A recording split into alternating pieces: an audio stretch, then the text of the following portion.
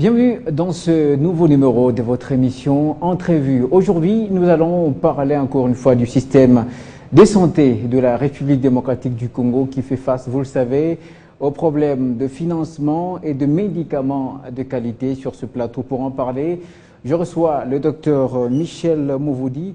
C'est un expert international en financement basé sur la performance et spécialiste en santé publique. Bonjour et bienvenue.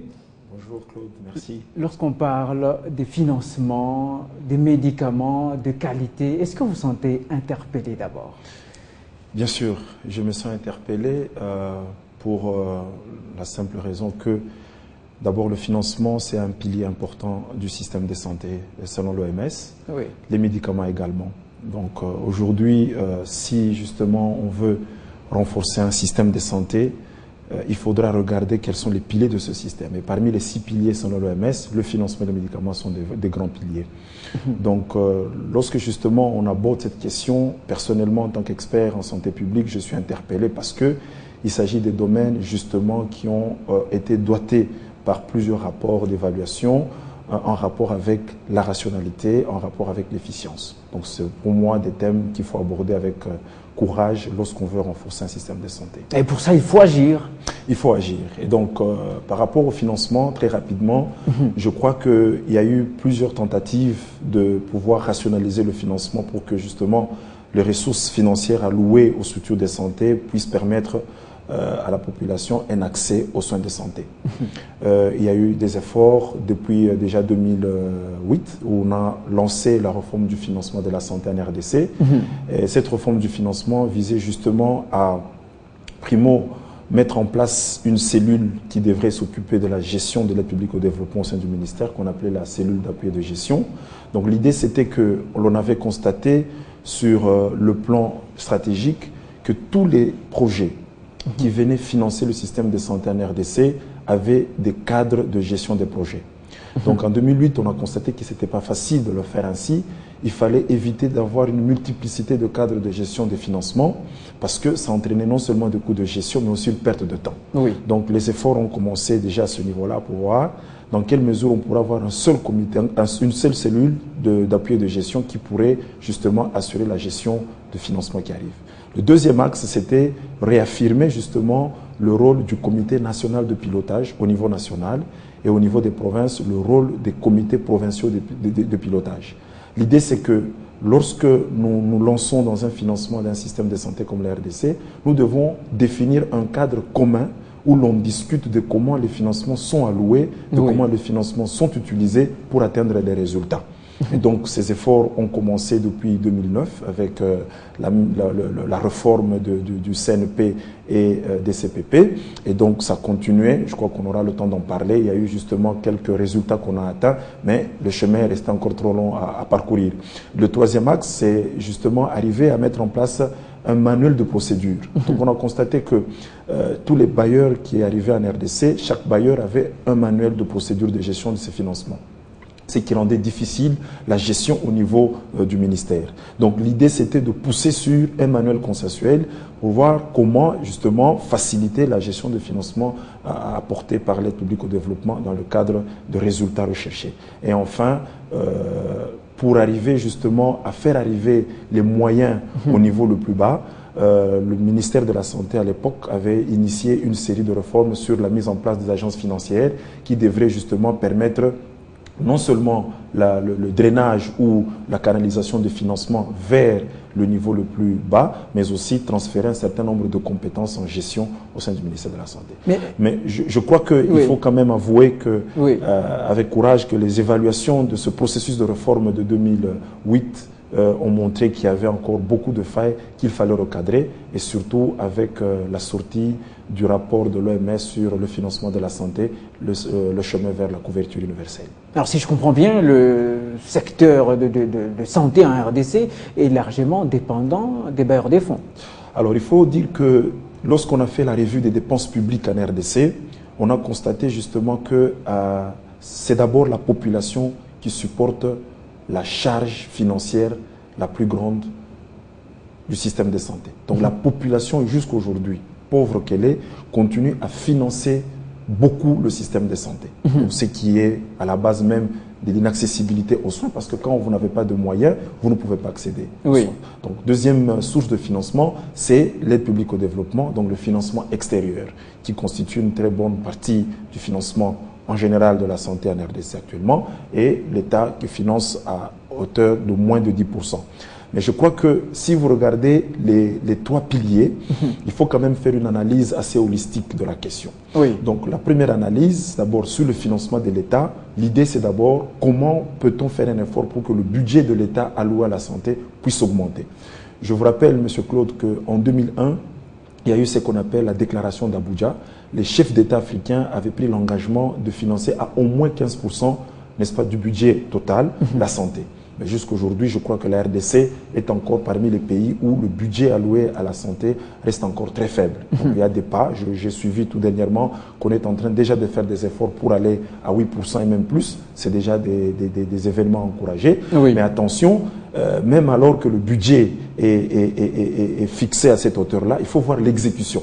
À l'époque, les évaluations montraient que même quand on dit que le budget est de 5%, 4%, lorsque vous allez maintenant dans les exécutions budgétaires, vous vous rendez compte que le taux d'exécution est encore faible. Donc le travail à faire sur ce point est important en termes non seulement d'augmentation du budget, mais aussi en termes d'amélioration de l'exécution. Alors, quand vous regardez la deuxième source, c'est le financement qui est apporté par la population, je crois que de plus en plus, et surtout avec l'appel vers la couverture sanitaire universelle, on exige à ce que la population paye de moins en moins. Il faut diminuer le fardeau financier de la population. Donc il faut qu'on arrive à mettre en place des régimes de financement qui font que la population paye très peu, ne puisse pas sentir le fardeau financier. Sinon, ça crée une cassure. Et donc, je crois qu'on en parlera tout au long de nos discussions. Et ça, c'est très important. Sinon, on va avoir des financements qui arrivent, mais la population n'accepte pas. Et enfin, sur le troisième pilier qui est consacré au financement extérieur, je crois que là, ce qui est important, c'est de revenir vraiment au principe de la déclaration de Paris de 2005 sur l'efficacité de l'aide publique au développement. Les évaluations montrent que ce soit l'appropriation, que ce soit l'alignement, que ce soit l'harmonisation, que ce soit la redevabilité mutuelle, que ce soit la gestion axée sur les résultats, sur les 5 principes, l'aide publique au développement a encore beaucoup de problématiques qu'il faut toucher du doigt pour voir cette aide apporter une efficacité dans le système. Alors c'est un problème très sérieux et vous êtes spécialiste en santé publique. Avez-vous déjà entamé une démarche pour essayer de trouver des solutions petit à petit? Alors, je crois qu'il y a plusieurs démarches qui se font avec les différentes parties prenantes parce que vous savez, déjà avec la déclaration sur les OMD, donc les objectifs du millénaire pour le développement en 2000, plusieurs pays se sont engagés sur un certain nombre d'objectifs du millénaire. Pour la santé, c'est principalement l'objectif 4, 5 et 6. Donc, il y a la diminution de la mortalité maternelle, la diminution de la mortalité infantile et la lutte contre certaines endémies comme le VIH, le sida, le paludisme et la tuberculose, ainsi de suite. Donc, on s'est engagé sur cette voie-là. Et donc, pour y arriver, tout le monde était unanime qu'il ne suffisait pas seulement de regarder le financement qui arrive, mais il fallait voir aussi comment le financement est géré.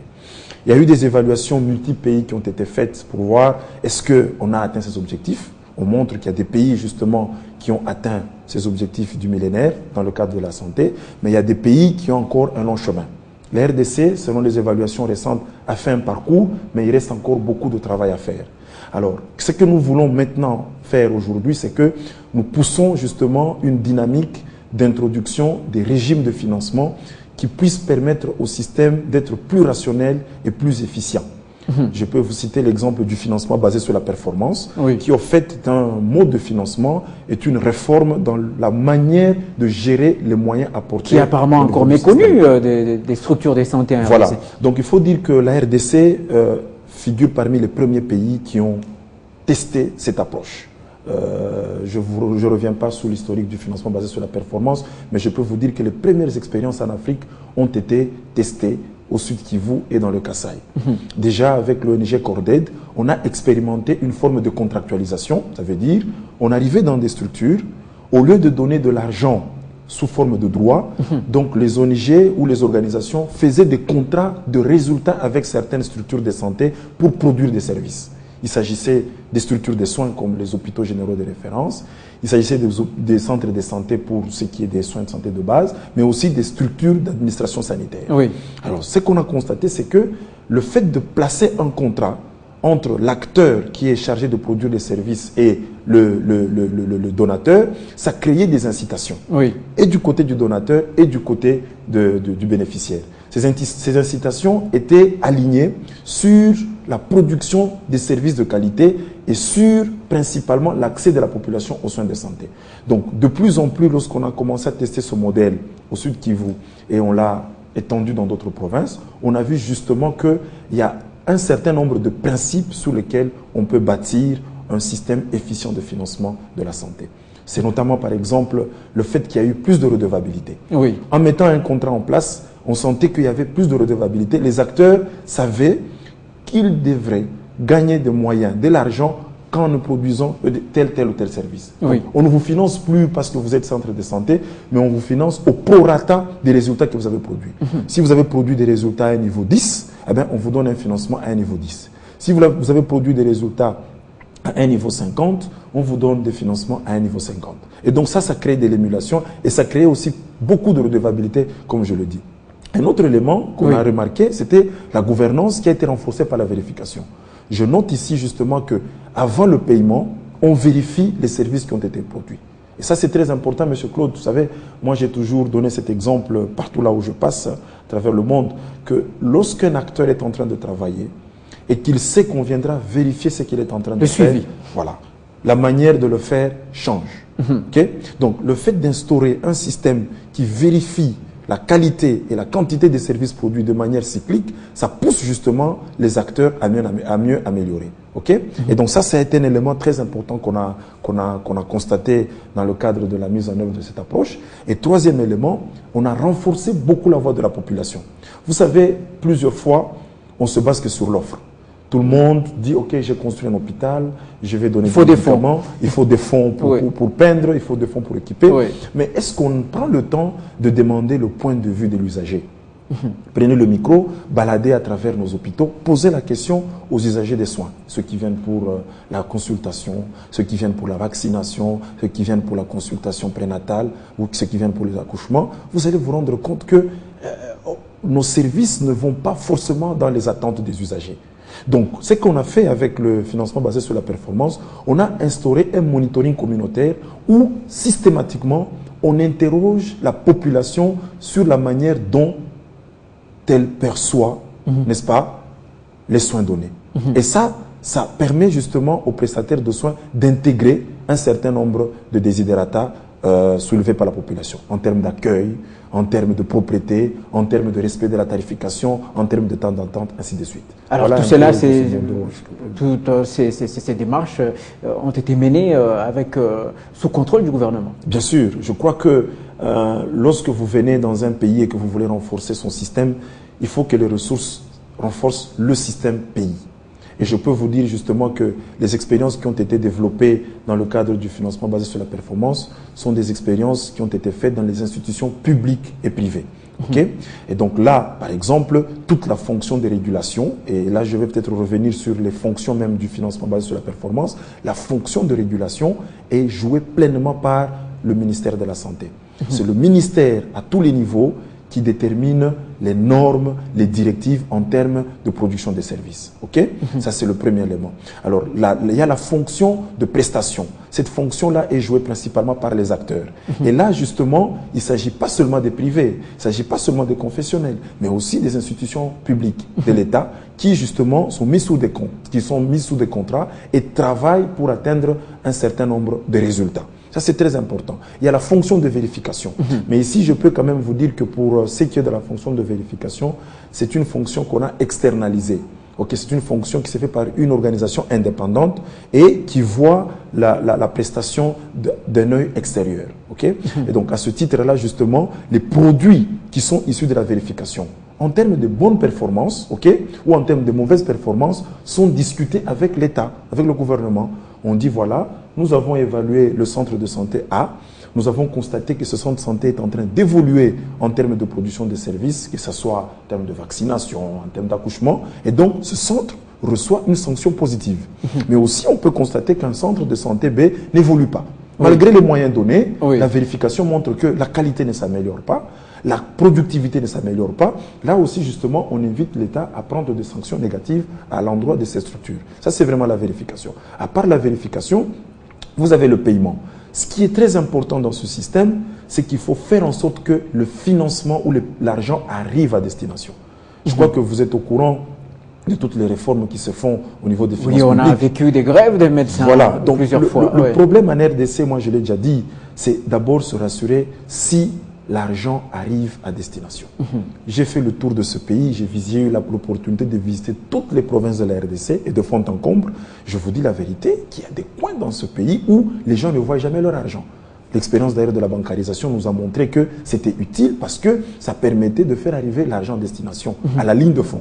Moi, j'aime l'appeler ainsi parce que là où justement la guerre se mène, c'est là où il y a les centres de santé, c'est là où il y a les hôpitaux. Et c'est justement là qu'il faut apporter le plus de financement pour permettre aux prestataires de produire les services. Donc, un élément sur lequel on met un point crucial dans le financement basé sur la performance, c'est faire en sorte que le financement aille directement à destination pour permettre aux acteurs de produire les services. Et une autre fonction, justement, c'est la contractualisation. Donc la contractualisation, c'est cette fonction qui fait que l'on commence à donner de l'argent sur base des contrats de redevabilité. Celui qui donne de l'argent prend des engagements, mais celui qui reçoit de l'argent prend de l'engagement. Okay? Donc, si vous n'arrivez pas à atteindre ou les résultats fixés, ou si vous n'arrivez pas à respecter les engagements pris en termes d'offrir des soins de santé de qualité à la population, eh bien, vous pouvez perdre votre contrat au profit de notre structure qui peut bien faire le travail. Donc, cet ensemble de fonctions est couplé à une autre fonction qui est la dernière, qui est l'achat, qui permet justement à louer des ressources en fonction de ce qui a été produit comme service. Je crois que c'est toute une réforme, c'est tout un changement de paradigme justement qui place les structures non pas seulement dans un environnement où on attend tout de l'État, où on attend tout des bailleurs, mais les prestataires commencent à se prendre en charge. De manière individuelle. Commencent à réfléchir sur des moyens locaux, sur une autoresponsabilisation interne à résoudre des problèmes et à atteindre plus de résultats. Alors comment réformer ce système de santé alors que le pays fait toujours face à ce phénomène de faux médicaments? Est-ce que vous y avez déjà pensé? Est-ce qu'il existe à cet instant des outils pour faire face à cela? Oui, je crois que nous avons tenu dernièrement plusieurs discussions en rapport avec la question de médicaments. Oui. Donc, comme je vous avais expliqué lors d'une émission passée, que la question de médicaments, c'est une question plurisectorielle. Le médicament, c'est un intrant de santé publique et qui, dans sa gestion, justement, touche à plusieurs secteurs. Il n'y a pas que le secteur de la santé, mais il y a aussi tout ce qui travaille dans les douanes, il y a l'environnement, il y a le transport, toute une série de ministères qui sont impliqués pour que les médicaments de qualité arrivent à la population. Alors, au niveau du ministère de la Santé, pour votre mémoire, le ministère a élaboré ce qu'on appelle a mis en place un système national d'approvisionnement en médicaments depuis 2002. L'idée, c'était quoi? L'idée, c'est que l'on crée un réseau, n'est-ce pas, des structures qui vont devoir offrir des médicaments de qualité à la population. Ok? Ces structures, on les appelle les centrales de distribution régionale des médicaments, communément appelées CDR.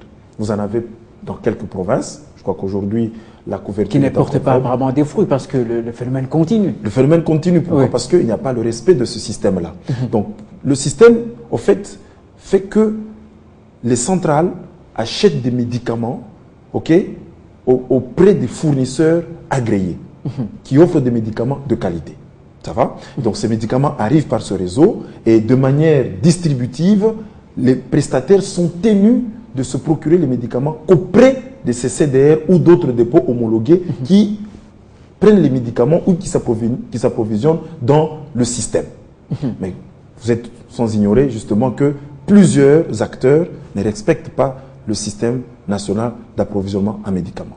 Donc aujourd'hui, il y a plusieurs débats qui se font pour que l'on arrive à respecter, n'est-ce pas, ce système, si on veut garantir l'accès aux médicaments de qualité dans ce pays. Ça, c'est un premier élément. Mais un deuxième élément, c'est qu'il faudra renforcer le contrôle. Okay? Il faudra justement qu'il y ait des lois qui interdisent l'entrée des médicaments qui ne proviendraient pas de ce réseau préqualifié, oui. il faudra justement aussi sanctionner toutes ces personnes qui vendent des médicaments dans des conditions qui ne sont pas requises. Donc c'est vraiment un chantier vaste et je crois que... Et il faut que la population aussi soit informée. Voilà, donc je crois qu'il y a un effort à faire, d'abord sur le respect du système lui-même par l'État et par les bailleurs. Je crois que c'est déjà un élément important. Le deuxième élément, c'est qu'il faut renforcer le contrôle et la gouvernance au sein du système de santé, mais aussi au sein du pays pour que davantage, qu'on ne puisse pas laisser des médicaments de mauvaise qualité circuler. Mais je crois que, vous l'avez dit, il faudra renforcer le volet ISC, donc l'information, l'éducation et la communication. On devra renforcer la sensibilisation, on devra expliquer à la population quel est le danger d'acheter des médicaments n'importe où, n'importe comment. Mais je crois qu'une question qu'on ne devra pas oublier, c'est que dans un contexte de pauvreté, les personnes courent vers là où les médicaments coûtent moins cher. Même alors qu'on peut dire, attention, là le médicament coûte très cher, mais c'est de qualité, allez-y, les gens ne vont pas aller, mais il va acheter des médicaments là où il peut acheter selon sa poche. C'est justement le travail à faire. Au-delà du fait qu'on va sécuriser le système, je crois qu'il faudra subventionner le prix du médicament. Parce qu'un médicament de qualité a un prix qui n'est pas le prix de tout médicament que vous pouvez acheter sur le marché. Alors si on voudrait qu'un médicament qui coûte 20 $ puisse être accessible à une population, et qu'il faudra penser justement à des subventions. Par exemple, on payerait 15 $ par, je sais pas, flacon, par, je sais pas moi, Baxter, pour que la population puisse payer la contrepartie, que ça soit accessible. Donc c'est tout le système de subventionnement des médicaments sur lesquels on est en train de discuter.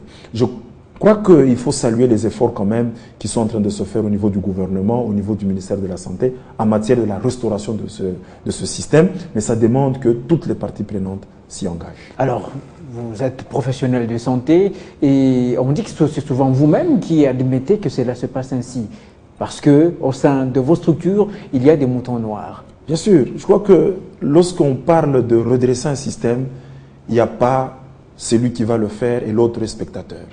Et je crois que le diagnostic, n'est-ce pas, de la faiblesse du système de santé en général dans notre pays montre que les responsabilités sont très partagées.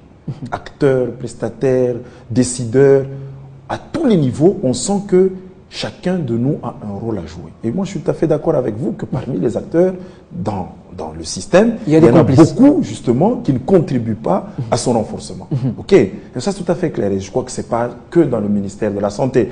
Ce n'est pas que dans le système de la santé. Vous trouvez ces genres de polarisation ou ces genres de marge dans beaucoup d'initiatives qui mènent vers des réformes ou vers des changements. C'est un peu partout. Mais je crois que ce qui est important, c'est de tabler sur 2 points. Pour moi, je crois qu'il faut capitaliser les bonnes pratiques. Dans ce pays, il existe justement de très bonnes pratiques en termes de renforcement du système de santé qu'on peut diffuser et qu'on peut renforcer avec des moyens pour arriver à montrer qu'il y a lieu de pouvoir travailler dans ce sens et tout le monde est gagnant. Tout le monde est gagnant. Ça ne sert à rien de dire, OK, moi je ne m'engage pas dans une réforme initiée qui vise l'amélioration de l'accès de la population aux soins de santé parce que je voudrais protéger un intérêt. Au finish, on se rend compte qu'en travaillant correctement, tout le monde est gagnant. Ça, c'est le premier élément. Le deuxième élément, je crois qu'il faut appliquer la loi. Lorsque justement on veut que la gouvernance marche dans un secteur, écoutez, il faut des sanctions parfois. Lorsqu'un acteur accepte de travailler selon les normes du ministère, il reçoit les documents pour ouvrir un hôpital ou un centre de santé, Monsieur Claude, il faudra justement que cet acteur accepte de se soumettre aux directives et lois. Et donc, en cas de défaillance, il faudra sanctionner. S'il n'y a pas de sanction, justement, on va contaminer tous les tissus. Pour ça, il faudra justement qu'il y ait des personnes qui suivent ce qui se passe. Vous ne pouvez pas sanctionner, vous ne pouvez pas recadrer une approche s'il n'y a pas un système de monitoring, s'il n'y a pas un système d'inspection. Donc il faudrait mettre en place justement des moyens pour vérifier dans les hôpitaux, vérifier dans les centres de santé que le travail est en train de se faire selon les prescrits du ministère et relever les failles qui vont bénéficier soit de sanctions ou alors de renforcement de capacité s'il y a lieu. Alors pour terminer, on comprend que c'est un problème assez vaste. D'où viendra le salut en fin de compte? Le salut viendra de nous. je crois que c'est très important de le savoir. Oui. Parfois, quand moi je discute avec des acteurs dans les provinces, oui. on a tendance à croire que le développement de la RDC, le redressement du secteur de la santé en RDC, ça viendra de l'Orient, ça viendra de l'Occident, c'est un bailleur de fonds qui va l'amener. Non, il faut croire encore à la colonisation, on viendra encore avec des médicaments dans les avions, on nous les dépose devant les portes des hôpitaux. Non, je crois que la donne a changé, le pays est en train d'évoluer, nous faisons face à des engagements très exigeants, notamment la couverture sanitaire universelle. Le changement doit commencer par les acteurs congolais. Je crois qu'un premier élément, c'est celui-là. Il faut que les gens puissent prendre la responsabilité de savoir qu'aujourd'hui, si nous acceptons d'être appelés médecins, infirmiers, l'État il fait sa part, il essaie de pousser pour que les salaires, les primes de risque s'augmentent, mais nous devons faire notre travail. Nous devons faire le travail, pas parce que quelqu'un veut qu'on fasse le travail, mais parce que nous l'avons accepté. Et je crois que c'est important de relever cette responsabilisation des acteurs. Moi, j'ai visité des hôpitaux, M. Jean-Claude. Vous arrivez dans un hôpital, réhabilité il y a 6 mois, mais les gens sont incapables de vider une poubelle.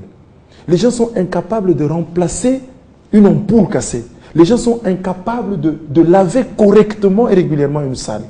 Et quand vous posez la question, on vous dit nous attendons le financement. Nous attendons que le gouvernement puisse venir avec de l'argent.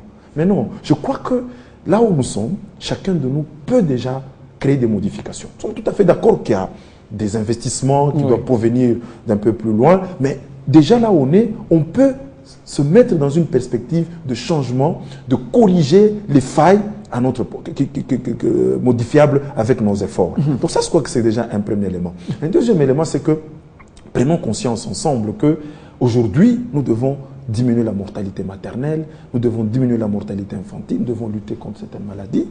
Avec le financement qu'on nous donne, ce n'est pas que la question de hauteur de financement, mais c'est aussi comment nous gérons le financement qu'on a. Et moi, je reviens sur ça. Si tu ne sais pas gérer 500 $, même si on te donne 10 000 $, tu ne sauras pas gérer. Tout le monde dit, OK, on n'a pas beaucoup d'argent, c'est comme ça qu'on n'atteint pas certains résultats. Mais personne ne montre les résultats qu'on atteint avec le financement disponible. Je crois qu'il faudra aller plus dans ce sens-là. Et si on prend conscience de cela, je crois que même l'aide publique au développement ne va que potentialiser, n'est-ce pas, notre force à pouvoir aller vers les attentes de la population. Merci beaucoup, Dr Michel Mouvoudi. Je rappelle que vous êtes expert international en financement, basé sur la performance et spécialiste en santé publique. Merci beaucoup. Merci également à vous d'avoir suivi ce numéro d'entrevue et restez fidèles au programme de Télé 50.